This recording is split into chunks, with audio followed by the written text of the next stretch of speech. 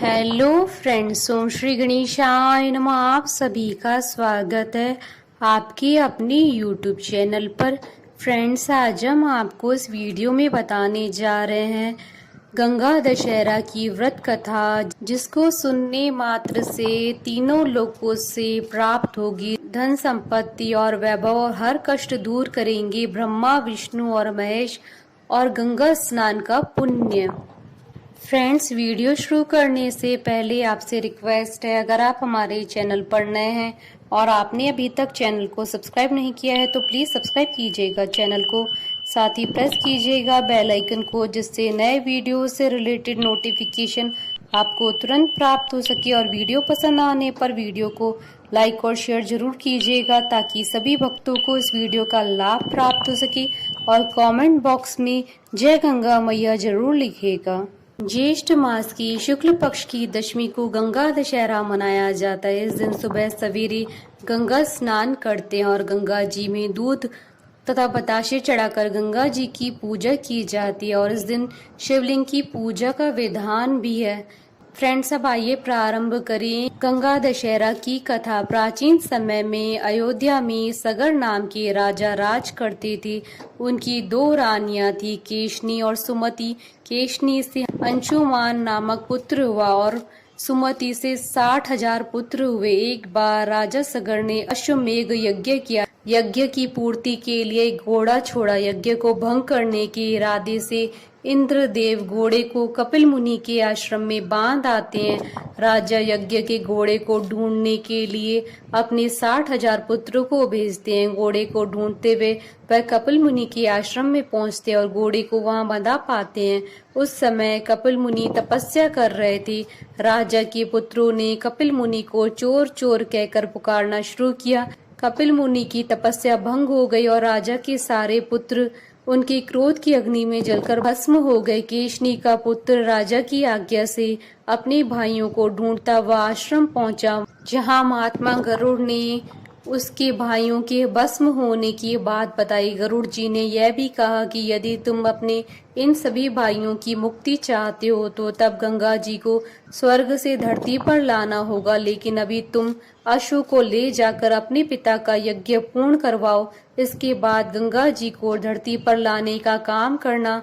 अंशुमान यज्ञ मंडप में घोड़े को ले जाता है और राजा सगर से सारी बात कहता है। और महाराज सगर की मृत्यु के बाद अंशुमान गंगा जी को पृथ्वी पर लाने के लिए तप करते हैं, लेकिन वह सफल नहीं होते। उनकी मृत्यु के पश्चात उनका पुत्र दिलीप भी गंगा जी को लाने के लिए तपस्या करता है, लेकिन उसे भी सफलता नहीं मिलती। अंत में दिलीप के पुत्र भागीरथ गंगा जी को पृथ्वी पर लाने के लिए गोकर्ण तीर्थ में जाकर गंगा जी को प्रसन्न करने के लिए कठोर तप करते हैं। तपस्या करते करते जब कई वर्ष बीत जाते हैं, तब ब्रह्मा जी प्रसन्न होते हैं और गंगा जी को पृथ्वी पर ले जाने का वरदान देते हैं। अब समस्या यह थी कि ब्रह्मा जी के कमंडल से निकलने के बाद गंगा जी के वेग को कौन संभालेगा। ब्रह्मा जी कहते हैं कि भूलोक पर भगवान शंकर के अतिरिक्त कोई नहीं है जो गंगा जी के वेग को संभाल सके। भागीरथ जी ने पैर के एक अंगूठे पर खड़े होकर भगवान शंकर की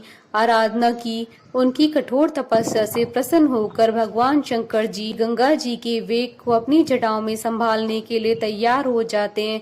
गंगा जी जब देवलोक से पृथ्वी की ओर बढ़ती है, तब उनकी धारा को भगवान शंकर अपनी जटाओं में समेट लेते हैं और कई वर्षों तक गंगा जी को शिव की जटाओं से बाहर आने का मार्ग नहीं मिल पाता है। भागीरथ जी दोबारा शिव जी से विनती व आग्रह करते हैं, तब वह गंगा जी को मुक्त करने के लिए तैयार हो जाते हैं। इस तरह से शिव जी की जटाओं से छूटकर गंगा जी हिमालय की घाटियों में कलकल करती हुई मैदानी इलाकों की ओर बढ़ती है। जिस रास्ते से गंगा जी जा रही थी, उसी राह में ऋषि जहू का आश्रम था। तपस्या में विघ्न होता देख वे गंगा जी को पी जाते हैं। भागीरथ जी के प्रार्थना करने पर ऋषि अपनी जांग से गंगा जी को बाहर निकालते हैं। तभी से गंगा जी को जहू पुत्री अथवा जानवी भी कहा जाता है। इस प्रकार से अनेक स्थलों को पार करती हुई जानवी ने कपिल मुनि के आश्रम पहुंचकर सगर राजा के 60,000 पुत्रों के भस्म अवशेषों को तार कर